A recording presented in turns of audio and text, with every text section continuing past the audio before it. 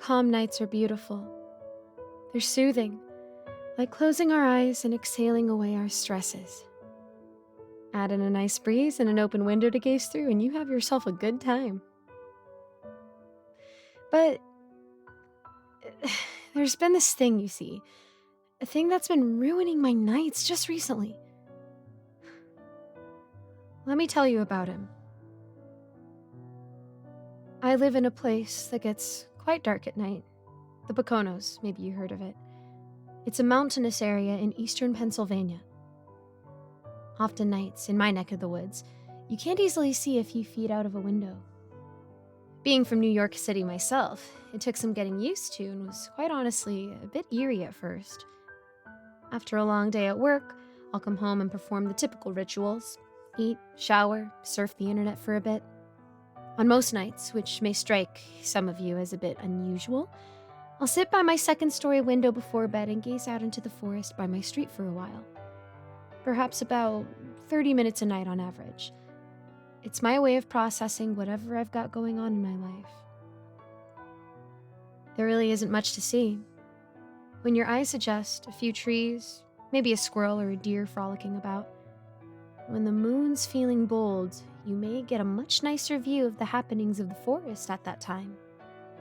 One thing you certainly shouldn't expect is, well, a man dancing. See, for the sake of being detail-oriented, or for my own sanity perhaps, I'm referring to this entity as a man. That is because it looks like one, although I have my concerns as to what it truly is. Beginning about 2 weeks ago, I'll see this man begin to walk down the gravel road outside my home. Always beginning at 11:30 p.m. from the left. He'll appear up the hill about 300 feet away and walk toward my house at a regular pace with a casual stride. Since the first night he appeared, I've tried taking note of any relevant descriptive features. Any scars or tattoos, hair color, skin color, clothing choice, etc. But as he glides by, even my neighbor's porch light all remains ambiguous, like a shadow. It reminds me of a video game character that doesn't have a texture, even darker than the unlit forest. What he does next is where things take a turn for the bizarre. I have a gravel driveway. He'll walk about halfway down it and begin to dance. This may sound entertaining, but I can assure you that it's anything but. I don't know my dances very well. However, the first night was definitely some sort of tango, and the night after that a square dance. This continued for a week, and with each night, a different dance being performed. None of his dances were anything new. You know, the stuff you'd see on TikTok, Fortnite, or those music videos that pop up with an iconic dance every now and then. They were kind of old, and normally dances you'd see involving two people.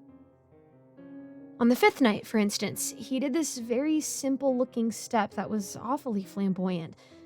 I later, after making a habit of doing my research on the dances I didn't know, learned that this was called the Susie Q.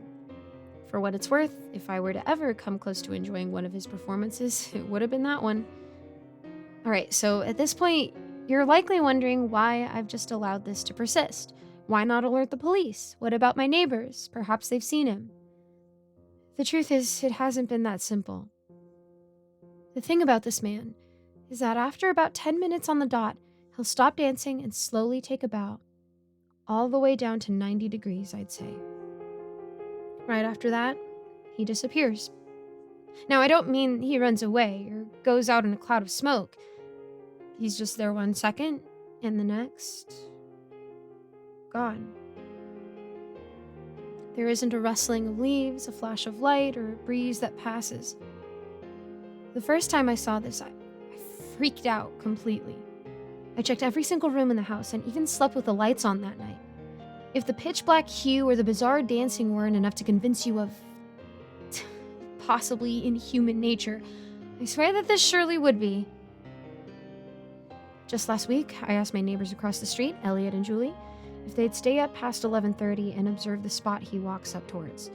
I didn't give them the entire scoop on what I was dealing with, since I didn't want to scare them off or have them grow suspicious of me. I simply told them that there was this weird animal that walks up our street around that time every night. They had agreed and even suggested we remain on a phone call during the event. So, later that night, I got set up as per usual. I dialed their number at 11:29 and waited with them. As sure as day, come 11:30, there he casually strolled up the hill. Excited, I yelled, "Hey, Elliot, you see that?" For some reason, I had convinced myself that the man wouldn't appear that night while others were looking out. "Whoa, did I miss something?" asked Elliot. "It's walking down the road right now," I explained. After a few moments of silence, Julie chimed in. "Hey, Elliot, I think I do see something out there." At this point, I had braced myself for some amount of panic or bewilderment to be heard from the other end of the line. The man was already halfway up our road. "Would you look at that?" Elliot mumbled softly. "So you see what I've been talking about then? How freaky is that?" I asked, barely able to contain my nerves. "Yeah, I haven't seen a coyote that sickly looking all my life. No clue why it's around these parts or how it's even moving," said Elliot. A coyote?" I asked. "That's what it looks like to me. Rather dirty, too." "Say, you see this the same time every night, you said?" I couldn't believe what I was hearing. I expected one of two things to happen. Either they tell me they see nothing, and I gratefully conclude that I have some sort of mental illness, or they royally freak out at the sight of this being. But a coyote? A limping, sickly coyote? I didn't know what to make of it. "Hey, you still there, kid?" asked Julie after what must have been a lengthy pause. "Yes, sorry. Yeah, it's weird.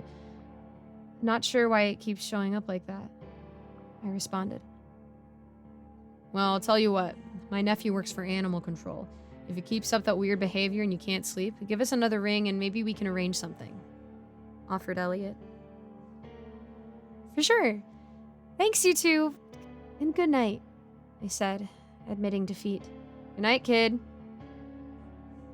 Yeah, that was my attempt at a cry for help.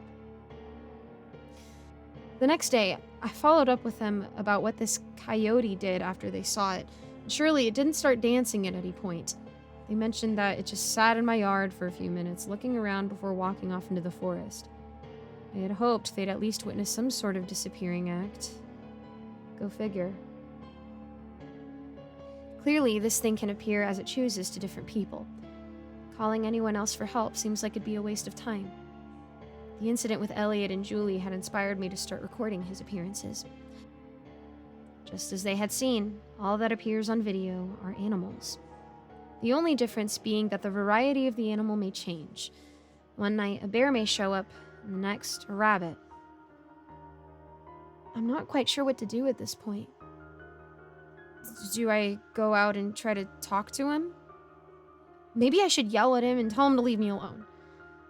Maybe I should just move to another state.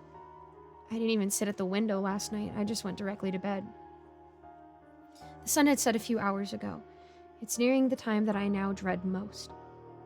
The clock doesn't stop its slow march forward. 11:29, and there he is again. For every step he takes down the road, I curse his existence. I no longer fear whatever this thing is, destined to dance in my yard until it gets what it wants. But what does it want? I feel as though there's a circle of hell that's established itself around my quiet mountain home, one of unwelcome theater. I feel the anger envelop my neck and face as he turns into my driveway. I can't let this continue. This time, I'm going to tell him to find someone else's life to ruin. I unlock and lift the window in front of my desk as he arrives at his usual spot. "Don't you start dancing!" I yell spitefully out the window. It stood there, hands at its sides, unmoving. Even from the dark pit of its face, I could feel that unholy stare. I felt like prey staring at its hunter, aware of danger, but not what that danger means. After a long minute, I gave it another go. What do you want?" I asked, a bit more calmly. The man reached into what I could only assume would be a left coat pocket and pulled out what looked to be a piece of paper. He gently placed it on the ground and began to walk backwards. Though, not like how you or I might walk backwards, more like walking in reverse. Back down the road he went, down over the hill, and gone. Just like that. That was creepier than any of his dances. The night regained its calm tone. I saw my neighbor's living room light flicker on. Elliot's frame soon enough appeared behind their curtains, peering out into my yard. I must have woken them with all that hollering. I turned off my own bedroom light and slipped into my mattress. I didn't feel much of anything that night. It was all white noise. I certainly didn't dream. Today, I went outside before work and grabbed the piece of paper that was left behind. There was no way I was going out there last night. It was folded 4 times over, and when opened, I found words written in plain black ink. 2 words that summoned a sense of unease I can't seem to shake off. 2 words that read, "A partner."